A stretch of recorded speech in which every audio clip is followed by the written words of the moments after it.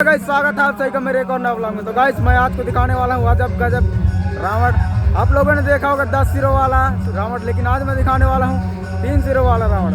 ये देखो भाई 3 सिरों वाला रावण है और देख सकते हो बनाए हैं यहाँ पे ये छोटे बच्चे लोग, जो कि बच्चे लोग बनाए हैं रावण दल, जो कि बनाए हैं अपने अंडे गाँव में। ये वाला रावण का लुक देख सकते हो भाई, क्या ही पेंट करके ये उसका जो मुखौटा है वो बना गया है, उसका सिर और ये हाथ पैर देख सकते हो जुगाड़ से पैरा वैरा घुसाड़ के पैरा वैरा घुसाड़ के तो पटाखा उठाखा सब डाले उसमें।